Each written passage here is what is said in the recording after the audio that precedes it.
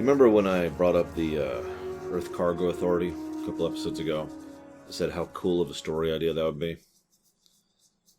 I swear I didn't know this episode was coming. In fact, this is another one of those I basically didn't remember it episodes. I had no idea what I was walking into here. Go figure, this is one of my favorites so far. I mean that. It's a good Travis-centric episode, one of the, arguably the only Travis-centric episode, since the only other episode he basically gets is Fortunate Son, and we all know my thoughts on that one. It's a down-to-earth tale. It shows another side of Starfleet progression. It's good world building.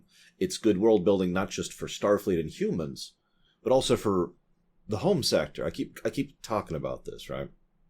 I've always said, and I have been reaffirmed of my opinion going back through Enterprise, that early Enterprise should have focused on the home sector.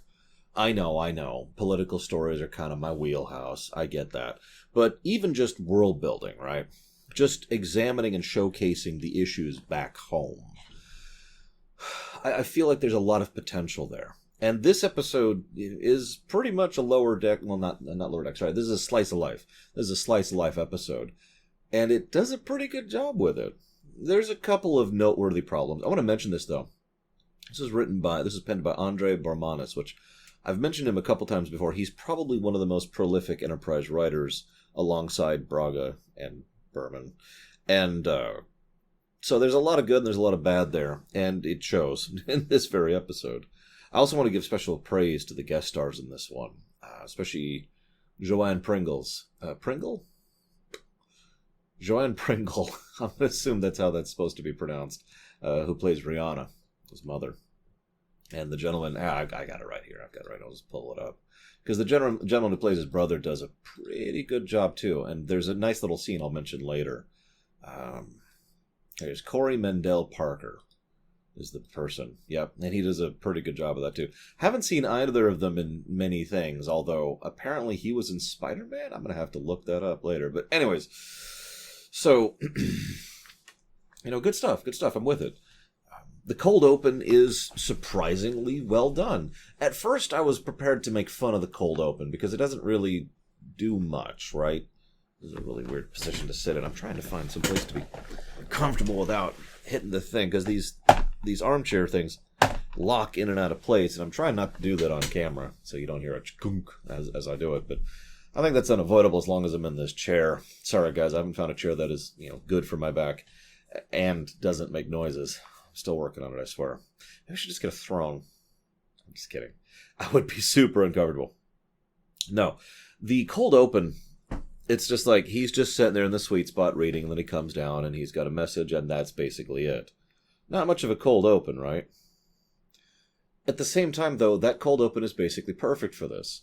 First of all, it's a little, just a tiny bit, but it's a little bit of characterization. With that simple presentation, we get the idea that Travis likes to come here to the sweet spot semi-regularly and just hang out. No pun intended. He just likes to rest. This is a recovery spot for him, a safety spot. You probably know what that's like. I'm sure many of you have your own safety spots or have had safety spots in the past. I'll go ahead and talk about this because I've mentioned this before on camera. For me, when I was growing up, especially going through my high school years, it was my shower. Not the whole bathroom, just the shower. And that's where I'd go just to conk. That was the armored vault, right? That was where I just kind of degauzed and dealt with everything. And I'm sure several of you understand. So it's a nice little human moment. And then immediately after that, he gets pulled down and whatever.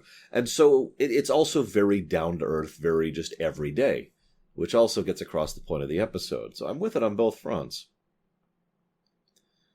Now, after that, we get the bit where, hey, they want us to go check out this thing that's happening 30 light years behind us. Now, that's not a small distance in this particular era, but I bring that up because they all act like it's a big deal having to turn around. Oh, man, even though they've been turning around constantly.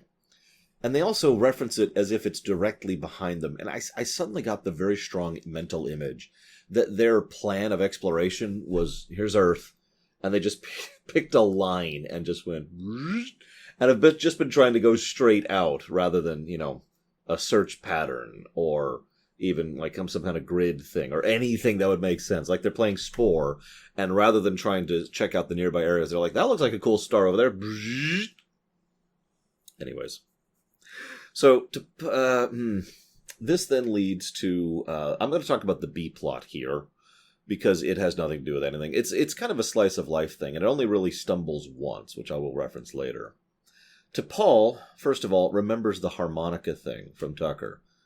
That is a very minor point, but it is interesting to me that she does bother to remember that she is sufficiently... that she cares enough to bother, basically, to maintain that bit of trivia. What's interesting is, in immediate reaction to that, he invites her out to the movies. And not as a date thing, just, hey, you should come hang out with us, and we are going to watch a movie. I think you'd like it. It's Dr. Frankenstein. Now, I don't know if that's a counter gesture, but it is interesting that he's trying to, reach out in return, that he is also trying to, make some kind of a connection with her. This is also interesting to me, especially since the two have had pretty good chemistry pretty much since the get-go and actually work pretty well together. So it makes sense that the two would be this friendly with each other. I know that sounds strange, given that it doesn't look friendly, but once again, that chemistry between the two actors, which I've mentioned several times before, is on display. Now, I'm all for trying new things and encouraging people to try new things that you think they might enjoy. Lord knows I do that all the freaking time. I am, however, a massive extrovert, and I am aware of that fact. One of the things that fiction does that tends to bother me just a little bit is it tends to treat introversion, or someone who just doesn't want to be social, regardless of actual intro or extroversion, as something that's a bad thing, something that needs to be fixed or cured or helped. Fiction does that a lot. And that's basically how this is portrayed. Oh, we could argue around it. We could say that she's just being Vulcan, or maybe she doesn't want to be a part of the crowd, or maybe she's not interested in uninteractive media. But the way it's portrayed is basically as a comedic piece of, ha, she's so weird and off over there in the corner, we need to try and convince her to do this, and it's shenanigans kind of a thing, right? I mean, she even goes to the doctor looking for a medical excuse to be able to walk out of it, for God's sakes. T'Pol does that.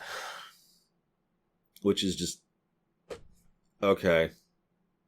Now, that being said, when would they get to the actual film, what's really strange, and this is where the episode kind of flounders on this point even more, is she's so de-invested, apparently, that she starts to read, to work while doing it. She is then chastised, and then seconds later chastises Phlox for getting in the way of her enjoyment of the film, and it turns out she actually liked the film.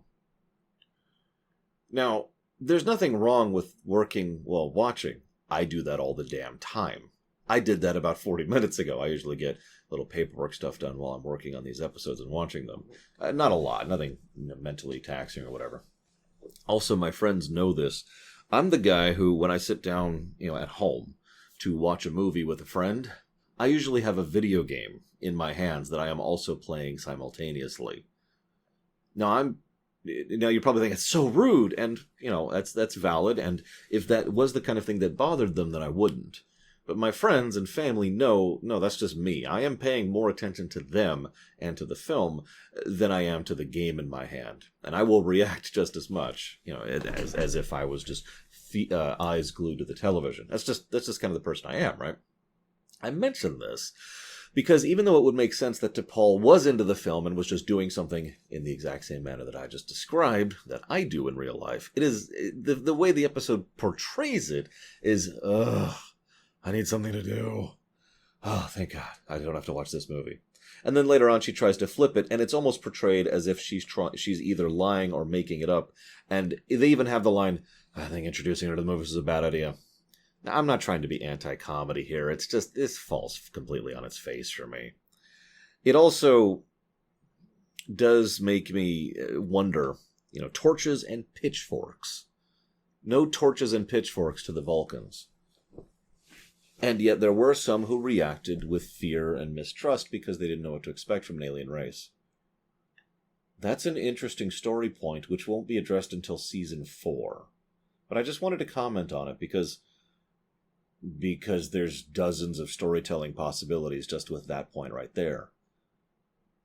Also, final tidbit, T'Pol being introduced to a movie and interacting with the crew in a social manner and talking about first contact with Vulcans feels like the kind of thing that would fit better in season 1. Anyways, do give me a moment. I'm going to respond to my mother's text here because she's wondering if I'm okay. Please apologize. I apologize. I hit record and then she's like, hey! And I'm like, give me a minute. Oh god, now I can't type. I usually don't type these. I usually tack out, but I'm sure you don't want to hear me talking about this. Let's see here. Here we go. Now, the next thing I want to talk about is, of course, the A-plot. I'm just going to talk randomly here to fill in the time. That's how you do this, right? I could edit this out, but I want to be as unprofessional as possible. Oh my god, I can't type! I can't type! The pressure's on!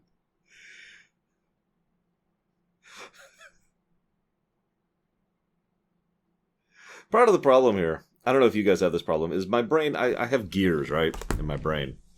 And when I'm in work mode, I'm in work mode. And you may or may not have seen this sometimes, especially when I'm streaming, and someone will show up and be like, hey, such and such, and I'm just like, oh, and I downshift a little bit to try and... Wait, so, dinner, get what? Lasagna? I didn't say anything about lasagna. But you mentioned dinner? What else could you have been talking about? And it takes that moment to mentally, oh, right, you're talking about, yes, let's do this and this. And then I have to get back to the show. Or do you want me to hyper-edit things like I did in the previous episode? I can do that. No, I'm not doing that. That takes too much time. This already takes too much time. So... Let's move on to talking about the main plot. There's this bit where, and I feel like this was just thrown in for the people who watched, TNG, which is probably most people. Hey, we should have families on board. That'll solve the problem of being homesick. No, that would be ridiculous. At that point, we might as well have a psychologist on board. Wah, wah. But jokes aside, that got me thinking a little bit, as most things do when it comes to Trek. Because what we're seeing is basically, this is probably the best showcasing of the two mentalities of Starfleet right there next to each other. The civilian and the military. Now, I can and will continue to argue that Starfleet is a military organization. However, regardless of whether that is true or not, we do definitely see that they have a military side and a civilian side, and this is present in many different aspects of many different shows and the movies. This idea, the fact that it should be safe enough and acceptable enough to bring kids and loved ones who are civilians on board a ship that is going to be in dangerous situations on a regular basis. I'm not even counting like enemy forces, just, the random crap they encounter every week. Versus, my god, no, that would be completely unacceptable. This needs to be prim and proper, and they have to be order and function and rules that we follow, which is what Reed is following there. You see those two sides of things, and it makes you I don't know, it's just interesting to see those two. Because this early on, well, I could see the argument that Starfleet, as is presented in Enterprise, is not a military. Not yet. They're leaning that way, sure, but they're not actually there. And we see that by, say, TNG's era, having kids and family members on board is perfectly normal, and they're also fairly militarized. So they've just kind of taken those two perspectives and just married them together and said, yeah, okay, both, go. Just food for thought. So Travis, hang on. This is when Travis finds out that his dad's dead. That sucks. Allow me to comment, before I talk about the scene, allow me to say that I don't like to comment on the music in Enterprise's era because it's this era of Trek. From about season 5 of TNG to about season 4 of Enterprise, so, encompassing 4 shows there. There's just, I call it the wallpaper music. And I do mean that as an insult, but at the same time, I don't necessarily mean it insultingly. There's a very generic tone to the music. It's because the whole point of wallpaper is you notice if it's not there, but you're not supposed to notice it when it is there. It's just backdrop, right? And that was deliberate design, it's worth noting, as I've mentioned many, many times before. There are exceptions to this, of course. There have been exceptions in DS9. There are the occasional exceptions of Voyager. We've actually already had a couple exceptions in Enterprise. But for the most part, wallpaper music. So I've been trying not to comment on it because I have nothing else to add to it. Hey, the wallpaper is still there. But in this scene, where Archer goes to the sweet spot, Travis once again retreated to the sweet spot. Same character point from the beginning. That's his safe spot, right? Degaussing, he's retreated there, and Archer comes in, and it's a good scene except for the music, which actually destroys my enjoyment of this scene. It feels like it's intruding to the point where it's like, what? Because it's generic sad music. Now, maybe this is just me, but generic sad music detracts universally. The only way it works is if it's in a parody. It's like, oh, and then like, imagine the scene for a moment. Picture the music, if you will, or if you're watching the episodes with me, just listen to that bit. And now picture, instead of being this big, heartrending moment where he's found out his dad dies, and he's acting his heart out, right? I don't remember the actor's name. Oh my God. Montgomery. Anthony Montgomery is acting his heart out. He's doing a good job of it. So credit where credit's due. And, Bakula's doing a decent job, counterpart to him. The two have a decent scene, and it's a good moment. But imagine for a moment if instead of this good moment, they're like, sir, I wanted to connect 4. I wanted to put in the red piece, but there was a blue piece there. I couldn't connect it, sir. Bakula's like, Archer's like, one time when I was younger, I was playing Connect 4 with a friend of mine. And he just kept trying to make patterns. And I was like, no, Billy, you can't. You can't. I'm trying to play the game, but he wouldn't listen. And this whole time the music's playing. That's exactly what comes to mind when I hear generic sad music. And so this whole time I'm listening to the scene and I almost want to mute it because of how much I'm being ripped out of it. I hate to rag on this point, but I'm mentioning this because this is so egregious, because it is such a good scene being portrayed terribly. So, it's also one of the only times I've seen music this misused, my opinion. Now, I'm looking forward to everyone in the comments telling me I'm wrong, although legitimately, if you think I'm wrong, please do so. I do...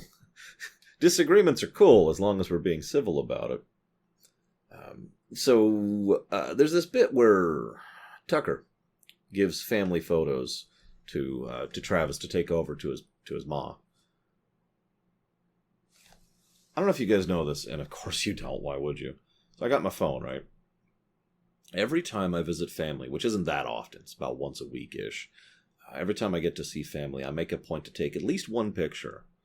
And I have archives of those, and I've strung them together into videos every now and again and all that. But the point is, we're at a point in history technologically where we can do that. You're probably thinking, why bother? Well, memory isn't perfect. However, memory can be prompted. And I can look at every single one of those photos, and I can be like, oh, well, this is what we were doing there. Oh, this is what we were doing there. And I can tell a little bit of story for each one of those. And, well, that's going to be useful in 40 years when my memory may or may not be as accurate as it is now, because I'll either be alive and probably partially cybernetic, or, dead. But the point remaining, it's the kind of thing that I completely get, right? Because another thing I tend to do is I tend to compile those for family members, for other people, so that they have these archives, and they can go through and look, and again, it's for them in 40 years. Because sure, you get to see your kid every day, but it's that mentality, right? In 20 years, you won't see your kid every day, and you're going to start missing them. And having those pictures is either going to help or make you really sad, but either way, it'll probably help. Same idea. And it kind of makes me think, remember way, way back in, I think it was Strange New Worlds, it's like the second or third episode of the show. I think it was third. And they take pictures of them down on the planet. And obviously, it looks like they're taking a picture of that in one of the pictures of this episode, which is part of what prompted it. But I bring it up because they took pictures. While they are out here to scan and explore and do all that fun stuff, there should be a photographic record of this sort of thing. Because this is history. It is history on the macroscopic scale for space flight and for humanity and for Starfleet, for an organization that isn't even called the Federation yet. But it's also history for these people. In 40 years... Mayweather's going to want to have those pictures to be able to share with people. Or Mayweather's mother's going to want those pictures, and so forth and so on. I hate to bang on this point. I apologize. It's just something that got me thinking. Because it's the sort of thing you'd think they absolutely should do. Especially given the circumstances. They're at a very unique point in human history. While TOS was basically just another day. It's the Wild West. TNG was the Winds of Change, and and Voyager was just doing its own thing. Only 2 of the Star Trek shows, not counting the ones I haven't seen yet, obviously, because I haven't seen Discovery or Lower Decks or Picard. Only 2 of the Star Trek shows have been at pivotal points, historically speaking. Enterprise, obvious, and DS9, again, obvious. Now, I know not everyone knows they're in history when they're making it, but, I mean, that's just an argument for taking those, recording stuff down anyways, isn't it? Because you never know. I mean, we've all played Fallout, right? You go through the place and you find the records and the logs. And it's like, oh my God, I always knew that this was going to happen. And now we the people in the future, know what happened because someone recorded it. So there you go. Good job. Anyways, I'm getting way off topic. I wouldn't call... So there's this bit where Travis is talking to his mom. He's like, yeah, I wouldn't call it a dangerous mission. How many times have they nearly died in the last year and a half? It's a lot. There's this really great tidbit. This is when I bring up the gentleman. I wrote down his name. Corey Mendell Parker. He plays his brother, Paul. There's this really great bit where he goes into the cargo bay, and he's obviously happy to see him. They do love each other, and the care is there and present. But there's this little tidbit where Mayweather, Travis, offers to help. And Paul, the brother, says, thanks. And he says it in that in a perfect tone of no thank you. Screw you. And then immediately catches himself and recovers and then is like, no, you're here on leave. I couldn't do that to you. Why don't you go and take a rest? And he does recoup. He turns it around a bit. But it is nice to see that. It's very human. And it's one of the reasons this episode succeeds so well is because it's a very zoomed in, down-to-earth human episode. And like I said, great acting from the guest stars. Looking at my notes here, there's this bit where we're going to skip forward a little bit. Actually, no, there's a nice little tidbit. And once again, the episode does something well, which immediately doesn't make sense. This happens several times in this episode. There's this bit where they go into warp, and they hear the going into warp alert, and both he and his mother, without even thinking about it, just automatically, instinctually grab the nearby support rails, or the support beams, or whatever, for when the ship goes into warp, just like you have on a monorail in real life, right? That's a nice touch. Not only the fact that they're there, and I didn't even notice until they did it, but the whole hallway is lined with those, so people will always have something to just grab, although there's none in the corridors, so whatever. So someone always has the thing, but also the fact that they did it so automatically, including Travis, who hasn't had to do that for 4 years. It's a nice touch. You're probably thinking, well, what do they screw up then? Well, immediately after that, they go into his quarters, which has a full chess board on display with all the chess pieces just fine, none of them shuffled out of position or anything. And I know it's such a little detail, but I would have actually been praising it because I was paying attention for this, if in that scene they open the room and the chess set is there and some of the pieces are knocked over and shuffled a little bit to the side. That would have been just brilliant prop design. But anyways, it's whatever. So, Mayweather, Travis, is like, I'm going to install these upgrades. Now, Paul says, screw your upgrades. He doesn't say that literally, but the point he makes is, what are we going to do when they break and you're not here? Interesting point, actually. Because it's semi-valid. It's all well and good to have these kind of things, but what if we can't fix them? Then we're just going to be screwed when we need to get our ship running and we're in the middle of nowhere, right? So there's a validity to his point. But at the same time, it wouldn't be that hard to be like, hey, how did you get this done? Or to leave a tech manual, or to be able to have some way to work around that. And it's not like he's talking about completely replacing the engines. I'm pretty sure they could make this work. Furthermore, it's pretty obvious his main issue is just with Travis, which we'll cover in just a moment. Now, what happens shortly after is Travis encounters a childhood friend. And, okay, that's kind of neat. They talk about the cargo authority. Again, I believe this is actually the last time it's brought up. Once again, would have been better in season 1. And this is the exact moment I started writing down. And so here's my notes. Man, I love how nice, low tier this is. This slice of life story, blah, blah, blah. And that's not actually my notes, right? Because I don't write notes like that. I write notes in shorthand. But, what I actually wrote here was low, slice, and cargo authority, and character. Exactly. In other words, what I mean here is that this has been a great episode that I've just been absolutely eating up. Then the ship is attacked. I was literally in the middle of writing those notes down when they had to bring in a threat of the week. I'm not complaining. They do a good job with it. It actually works out okay.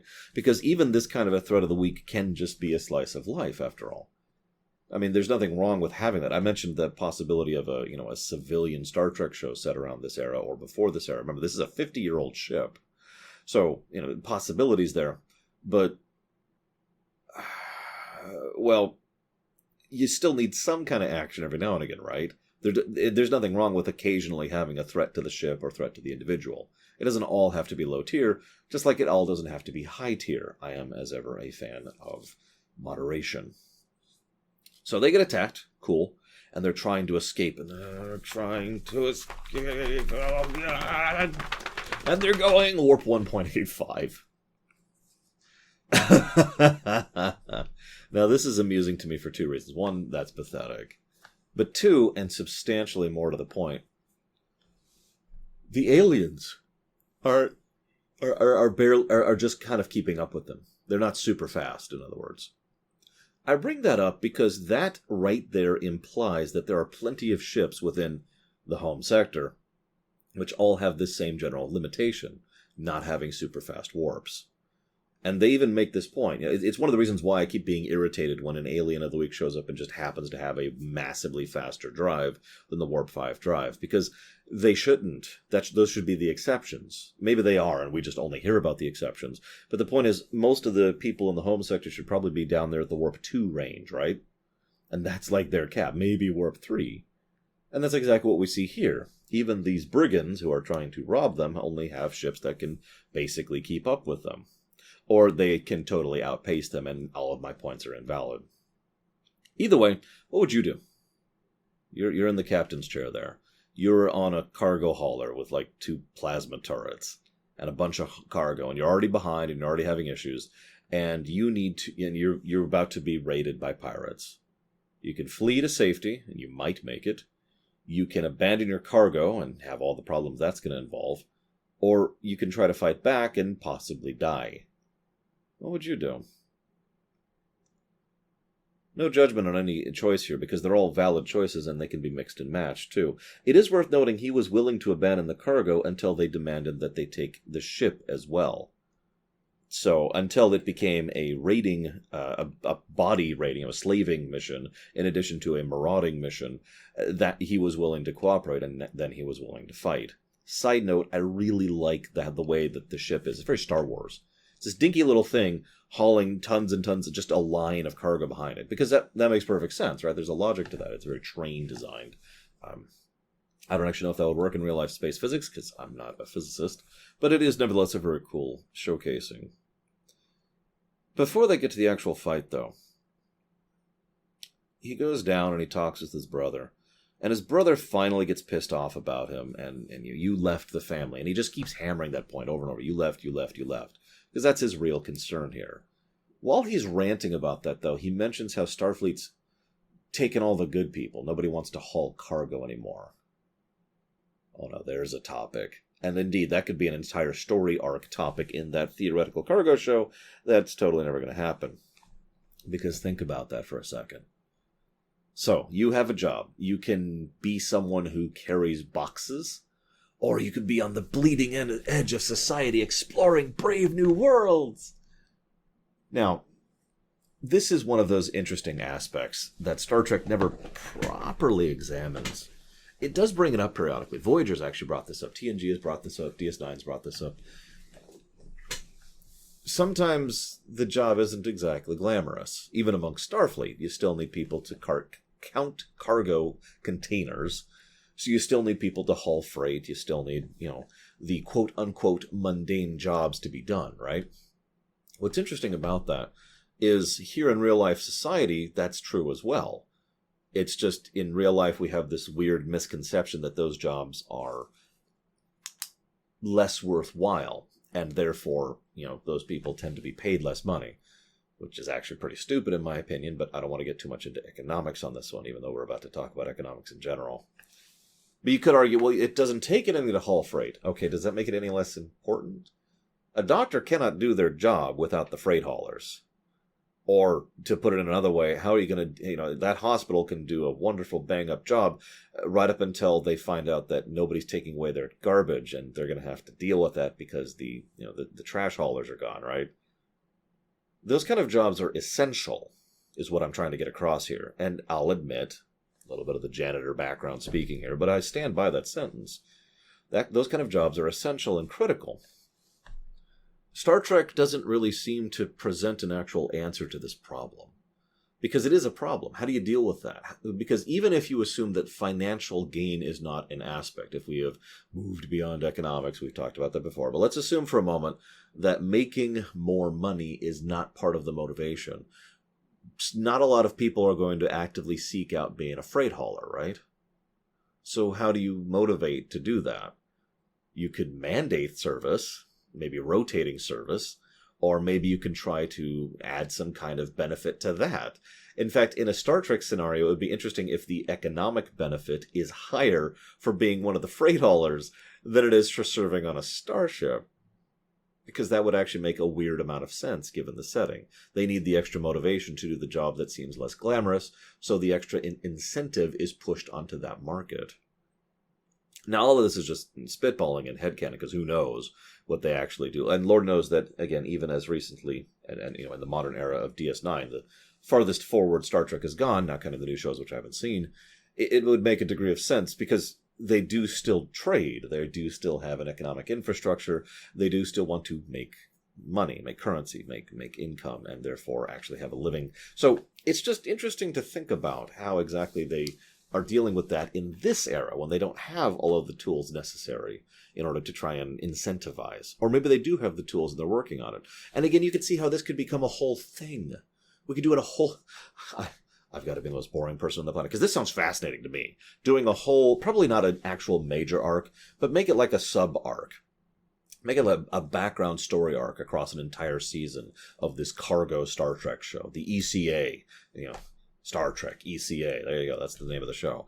And make this background element that they're having a harder and harder time getting replacements, and they're having to do more with less. And it gets to the point where cargo just isn't getting to where it needs to go, and certain colonies are starting to have problems because they're not they're not subsistent anymore. Or they're not subsistent yet, excuse me. Or maybe in some places they can't be subsistent. They need that interstellar trade. They need the interstellar movement in order to actually make things happen.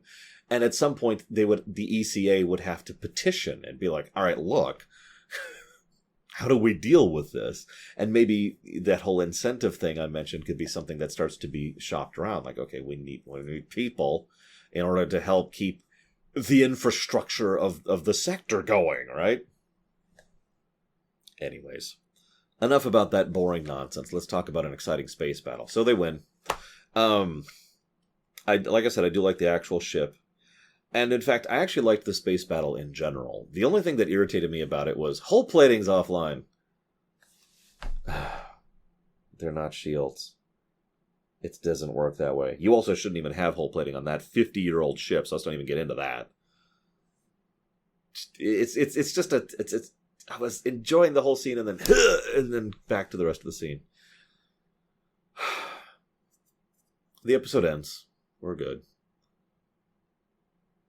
It makes me wonder. Travis, with just some tools that were on hand, was apparently able to upgrade some of the equipment on the ship. What would they be able to do if they had an actual overhaul? Like if they were actually able to bring the ship into Utopia Planitia, or the civilian equivalent, and just actually overhaul the ship. You're probably thinking, well, that would take months.